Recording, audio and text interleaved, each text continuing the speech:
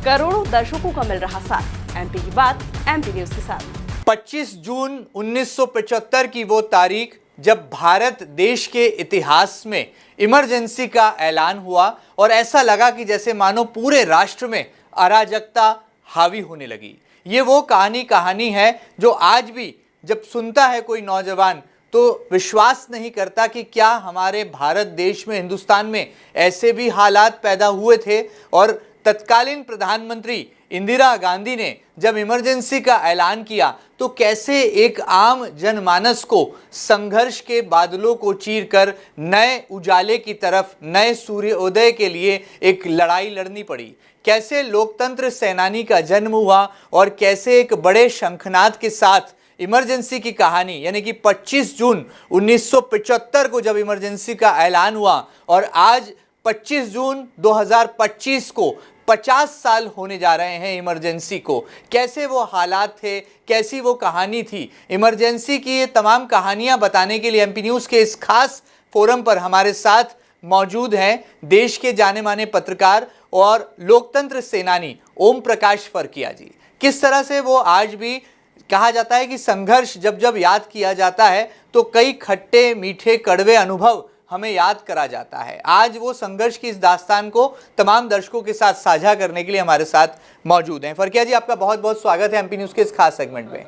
आप लोकतंत्र सेनानी भी हैं, कलमकार भी हैं। मैं आपको उस दिन की याद दिलाना चाहूँगा जब 25 जून 1975 आधी रात को इमरजेंसी का ऐलान हुआ।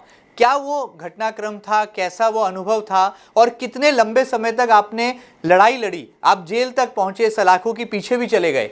उस समय जी, इलाहाबाद हाई कोर्ट में जज साहब, हाई कोर्ट जज थे जी, मतलब शाह साहब, उनने और राजनाथ सिंह जी जो इनके रीट पिटीशन लगाई थी जी, उनने ये साबित कर दिया था कि इंदिरा गांधी भ्रष्ट आचरण के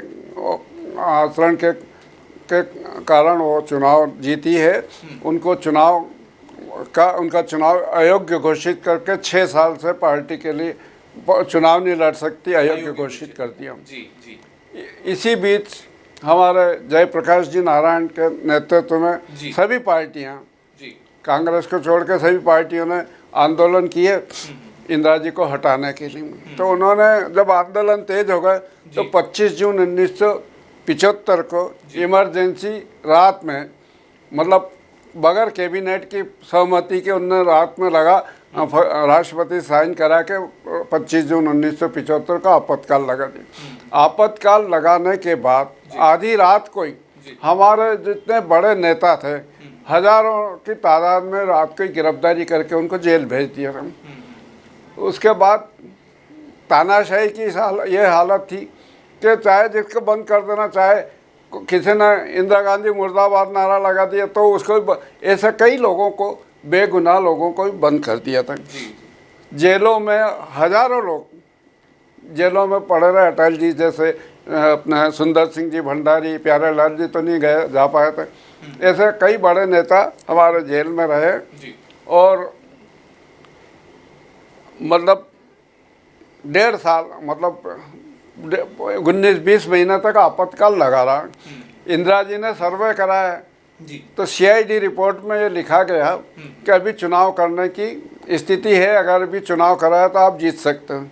तो इनने इमरजेंसी लगी हुई थी और लोकसभा चुनाव कराने की उनने घोषणा करके 8 मार्च 1976 को चुनाव की घोषणा करवा दी। 8 मार्च 1977 को लोकसभा चुनाव की घोषणा करती थी।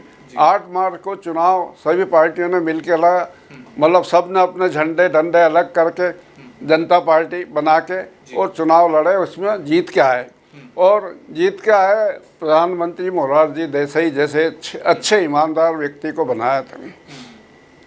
चूँकि हमारे भी अलग अलग दल के थे, इनकी महत्वाकांक्षा बढ़ गई, मैं भी प्रधानमंत्री बनूं, मैं भी प्रधानमंत्री बनूं, तो सब करीब 20 दावेदार प्रधानमंत्री के बन गए। उस ऐसी स्थिति में इनने जनता पार्टी से अपना समर्थन वापस लेकर सरकार गिरा दी। सरकार गिरने के बाद 1980 में फिर चुनाव हुए जी। तो 80 में चुनाव में अलग अलग दल से लड़े तो फिर हम हार गए। हम उस समय 1980 में 6 अप्रैल 1980 को भारतीय जनता पार्टी का गठन करके चुनाव लड़ा, पर उस समय भी हमारी 78 सीटें आई थी। उसके बाद जब चुनाव हुए राजीव गांधी के, तो राजीव गांधी की ऐसी लहर चली इंदिरा जी की मृत्यु के बाद कि हमारी 2 सीट रह गई थी। लोकसभा में भी भारतीय जनता पार्टी की 2 सीट रह गई। बिल्कुल। फरकिया जी, मैं आपको इमरजेंसी की कहानी की तरफ थोड़ा ले जाना चाहूँगा। कैसे वो हालात थे, और हमने देखा कि देश के चौथे स्तंभ पत्रकारिता ने भी एक बड़ा जवाब इमरजेंसी में दिया था।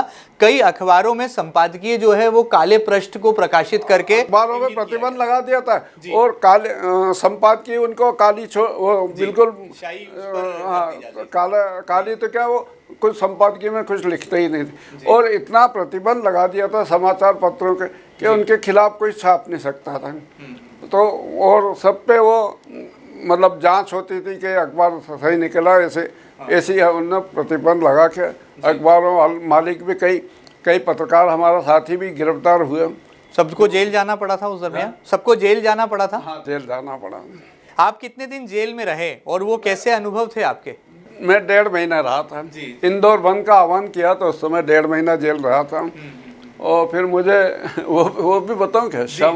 और ये बताइए कि किस तरह से आपको लगता है कि ये जो लोकतंत्र सेनानी एक संघ का गठन भी हुआ बाद में, जब इमरजेंसी हटा दी गई, चुनाव हुए, देश में लोकतंत्र फिर स्थापित हुआ, तो लोकतंत्र सेनानी संघ का गठन हुआ और ये कहा गया कि लोकतंत्र सेनानियों को भी वैसा ही सम्मान। लोकतंत्र सेनानी गठन तो बाद में हुआ, बहुत बाद में।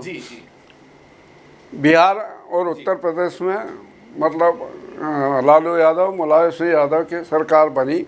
उनने मीसा बंधुओं को वहाँ 1000 रुपये महीना देने के लिए शुरू कर दिया था। हमने भी 2003 में गोपाल कसेरा और अन्य लोगों ने मिलकर एक भाजपा वरिष्ठ नागरिक मंच बनाया और उसके माध्यम से हमने मांग करी। तो 2003 में उमा भारती को हमने रेसिडेंसी ज्ञापन दिया, तो उन्होंने कहा कि फिर से बंद कर दें। तो हमने कहा ठीक है, हम जेल से डरते नहीं हैं। तो फिर उनने ज्ञापन ले लिया और हंसने लगी, ठीक है देखती। उनने कुछ नहीं किया। फिर 2005 में सांसद विधायकों का प्रशिक्षण शिविर इंदौर में बॉम्बे हॉस्पिटल के सामने हुआ था, उसमें फिर हमने ज्ञापन दिया तो नरेंद्र सिंह जी तोमर भी साथ में थे। उनने कहा कि ये जो मांग इनकी वाजिब है और इनको मिलना चाहिए। जब उत्तर प्रदेश बिहार सरकार दे रही थी, यहाँ भी देना चाहिए। तो और फिर कुछ लोगों ने जबलपुर में अडवाणी जी को मिले और उनको कहा कि भाई साहब जब वहाँ दे रहे हैं तो यहाँ भी देना चाहिए, चाहे 1000 दो, 2000 दो, जो आपकी इच्छा हो। जी, लेकिन सम्मान मिलना चाहिए। हाँ, सम्मान मिलना चाहिए। तो ये लड़ाई सम्मान तक पहुंची। हाँ, सम्मान की थी। तो फिर उसके बाद 2008 में मतलब इनने उस समय मीसा बंधु ही था, मीसा बंधुओं को 3000 और 6000 पेंशन देना शुरू किए। बाद में एक संगठन बना जिसमें संगठन का नाम लोकतंत्र सेनानी संघ रखा गया, और मैंने एक प्रस्ताव रखा था भूमिगत रहने वालों को लोगों को लोकतंत्र प्रहरी किया। उनका संगठन अलग। लोकतंत्र प्रहरी का मतलब यह था कि मतलब लोकतंत्र सेनानी संघ को हमने भूमिगत रह के जो सहयोग किया, इसलिए हमने लोकतंत्र प्रहरी संगठन बनाया था। हमारा उस समय यही एक और थी मांग कि भूमिगत रहने वालों को भी सम्मानित किया जाना है। आज प्रधानमंत्री नरेंद्र मोदी से आप क्या मांग करेंगे? जो लोकतंत्र सेनानी हैं, जो लोकतंत्र प्रहरी हैं, उनके लिए आप क्या मांग करना चाहेंगे देश के प्रधानमंत्री से? हमारा ये कहना है 50 साल हो गए, अभी भी हमारा कई साथी तकलीफ में हैं, जो अपना जीवन यापन करने में काफ़ी परेशान हैं। ऐसे लोगों को सम्मानित करके, और उनको अगर हम पेंशन नहीं दे सकते तो कहीं भी एडजस्ट सरकार में कर सकती, और काफ़ी पद मतलब ये कहें कि काफ़ी पद खाली पड़े, उन लोगों को वहाँ एडजस्ट करना चाहिए। अभी भी सक्रिय हैं, और शुरू स्टार्ट में 2600 लोगों को मीसा लोकतंत्र सेनानी की पेंशन मिल रही थी, आज 1000 हो गए कम होते होते। महिलाएं हैं 600 करीब, मतलब कुल मिला के 1500-1600 लोग हम बच्चे हैं।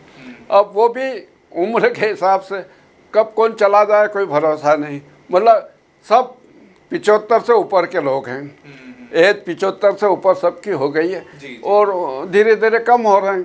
तो मेरा ऐसा कहना है कि जो इनका बजट है 81 करोड़ 82 करोड़, वो बजट तो है ही है, उस बजट में जो बच रहे हैं वो नए लोगों को शामिल, लोकतंत्र पहरी को देने का प्रयास करना चाहिए।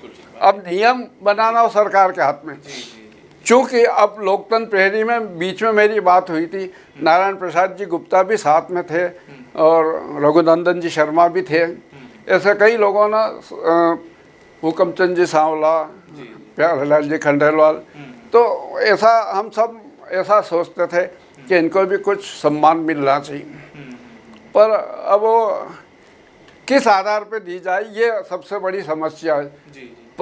ऐसा 5 लाख मेरी वो बताने लगे, 5 लाख लोग ऐसा लोकतंत्र प्रहरी मतलब भूमिगत रहने वाले ऐसे आ रहे हैं, किसको दी जाए। तब मैंने ये कहा था कि जो उस समय के लोग हैं, जैसे मेघराज जी जैन हैं, प्यारेलाल जी हैं, हुकमचंद जी सांवला है, अपना नारायण प्रसाद जी गुप्ता हैं, इनको मालूम है कौन था भूमिगत, और संघ के लोगों को भी मालूम है। तो इनसे जानकारी लेके और आवेदन करवा लिए जाए और आवेदन करके जो आपको उचित लगे उनको दी जाए। अभी भी मेरी यही मांग है कि उनको दिया जाना। बिल्कुल ठीक बात है। चलिए, उम्मीद की जा सकती है कि देश के प्रधानमंत्री नरेंद्र मोदी आप तमाम लोकतंत्र सेनानियों की मांगों को सुनेंगे और जरूर कोई जरूरी कदम जो है वो आने वाले कल में देश की सरकार उठाएगी, ऐसी उम्मीदें करते हैं हम, ऐसी आशा करते हैं। आज भी इंदौर में इंदौर की हालत है, महंत बाबा को छोड़ के बाकी कोई मीसा बंधु को नहीं है, सब नए लोग हैं। नए लोग जो हमको कई तो हमको पहचानते ही नहीं कि हमने क्या त्याग किए। इसलिए मेरा ऐसा सरकार से अनुरोध है कि लोकतंत्र सेनानी मीसा बंधु को पाठ्यक्रम में शामिल किया जाए, आने वाली पीढ़ी जी, ताकि ये पाठ्यक्रम में शामिल हो तो ताकि भविष्य की पीढ़ी को पता, भविष्य में बच्चों को भी पता लगे कि हमने क्या त्याग किया। भाई हमारे त्याग की कम से कम ये तो हो ना, पाठ्यक्रम में शामिल हो जाएगा तो हमें अच्छा लगेगा, हमारा आने वाली पीढ़ी भी ध्यान रहेगी। अब आज हमें कई लोग पहचानते ही नहीं है, जो नई भीड़ आई रही पार्टी में वो हमें पहचानते ही नहीं, हमने क्या त्याग किया क्या नहीं किया, उसके लिए हम क्या कर सकते हैं। नहीं, ठीक बात है। ये सम्मान की लड़ाई है और ये सम्मान की लड़ाई है और ये सम्मान जो है आप लोगों को मिलना चाहिए, आप उसके हकदार हैं। क्योंकि देश में जब विपरीत परिस्थितियां बनी तो आपने देश को एकजुट करने के लिए, हमारे लोकतंत्र की परिभाषा को समूल रूप से कायम रखने के लिए अपनी महती भूमिका निभाई और आप जेल तक गए। मुझे लगता है कि जेल की रोटी खाना किसी भी एक आम आदमी के जीवन में सबसे कठिन जो है उसके जीवन का वो पल होता है। अग्नि परीक्षा को आपने जो है एक तरह से कठिन परीक्षा थी और ये राष्ट्रवादी लोगों के लिए बहुत कठिन परीक्षा थी। 19-20 महीने परिवार को छोड़ के लोग जेलों में रहे और उनके परिवार की चिंता, जो भूमिगत लोग थे उनने चिंता करी, उनको राशन पहुंचाना, जिसको जो सहयोग लगे वो करना, उनको बच्चों को स्कूल में एडमिशन कराना, ये सब जो भूमिगत थे उनने किया। खुद भूमिगत रहना, अपना परिवार पालना, उनके परिवार को भी देखना, ये सब ने किया। बिल्कुल ठीक बात। ये मुझे लगता है कि ये वही मानवता थी जिसका आज हम अभाव देख रहे हैं। आज हम देख रहे हैं कि सड़क पर दुर्घटना होती है तो लोग अपनी गाड़ी की रफ्तार और बढ़ा देते हैं कि उन्हें रुकना ना पड़े। लेकिन एक वो दौर था जब आप मीसाबंदी थे या कहा जाए लोकतंत्र सेनानी की भूमिका में थे, इमरजेंसी के हालातों में जेल गए थे, तो आपके अड़ोसी और पड़ोसी आपके परिवार के लालन पालन की भी चिंता किया करते थे। तो ये मानवता की बड़ी मिसाल रही। मानवता की बड़ी और लोगों ने हमको इमरजेंसी में सहयोग भी काफ़ी किया, पर वो करते थे बस कोई बात नहीं करना, गए उनको जो फिक्स कुछ देना, सहयोग देना और लिफाफे में बंद करके दे देते थे और फिर हम जो परिवार संकट में थे उनको पहुंचाते थे। ये काम हमको दे रखा था, हमने अच्छे भूख और भूमिगत रहने के लिए मैंने लोकमान्य नगर अष्टांग आयुर्वेदिक कॉलेज के सामने कमरा ले रखा था। वहाँ हमारे साथी बड़े से बड़े नेता मेघराज जी, प्यारेलाल जी, वीर सिंह जी हिंडोन, अपना नारायण राव जी सेजवलकर, मतलब बड़े से बड़े नेता वहाँ आके कोई 4 दिन रुका, कोई 2, विक्रम वर्मा, ये सब रुकते थे, चले जाते थे, रुकते थे उनके भोजन की व्यवस्था वगैरह सब करना पड़ी। और एक करपे साहब थे, करपे साहब के यहाँ से भोजन आता था, कभी उनके यहाँ से नहीं बनता था तो किसी को बोलते थे, जैसे राजा मेघराज जी के भाई राजन जैन को बोला भाई 5 लोगों को खाना रोज 8-10 दिन आपको दे। मतलब बड़े संघर्ष के दिन थे, 2 वक्त की रोटी के लिए भी संघर्ष करना था और देश के लिए भी संघर्ष करना था। खुद के लिए तो संघर्ष कर ही रहे, पर जो भूमिगत जो आए थे बड़े नेता उनकी भी व्यवस्था करना बहुत। पर ये अष्टांग आयुर्वेदिक कॉलेज में हमको एक सुविधा थी, चारों तरफ से खुला था, तो कोई अगर पुलिस वाले आना दिखे तो भाग जाते थे।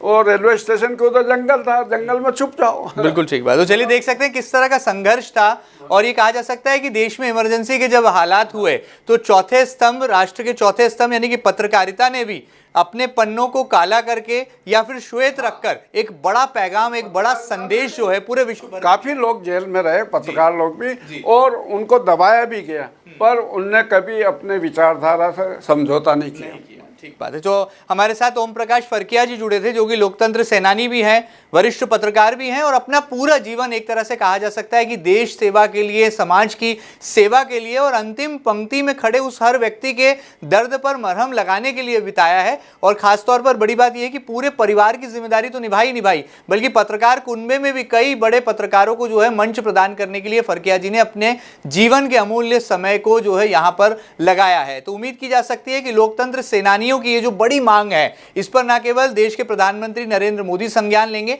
बल्कि मध्य प्रदेश के मुख्यमंत्री डॉक्टर मोहन यादव भी इससे लेकर संजीदा रवैया अपनाएंगे और जो सम्मान जिस सम्मान के ये हकदार हैं वो सम्मान इन्हें मिल सके, ऐसी उम्मीदें हम कर सकते हैं। और 50 साल आज इमरजेंसी को हो गए हैं, लिहाजा ये कहानी कैसे जो है एक बार फिर दर्द दिखाती है, कैसे ये बताती है कि राष्ट्र के लिए एकजुट रहना है, कैसे हमें ये समझाती है कि लोकतंत्र की समूल परिभाषा को न केवल आत्मसात करना है, बल्कि सही मायनों में मानवता क्या है, एक दूसरे की मदद करना, सहायता करना और देश सेवा भी मुझे लगता है वही है सही मायनों में कि यदि हम इंसान से इंसान की मदद कर पाएंगे तो सही मायनों में भारत की परिभाषा को भी गढ़ पाएंगे और विश्व में एक ऊंचे और बड़े शिखर पर विराजमान कर पाएंगे। ये खास बातचीत आपको कैसी लगी हमें जरूर बताइएगा। और इमरजेंसी के 50 सालों की ये गाथा जो कि आप ओम प्रकाश फरकिया जी से सुन रहे थे, वो आपको कैसी लगी, उसे लेकर अपनी प्रतिक्रिया भी MP न्यूज टीवी की टीम तक जरूर पहुंचाइएगा। ताजा तरीन खबरों के लिए लगातार बने रहें आपके अपने न्यूज चैनल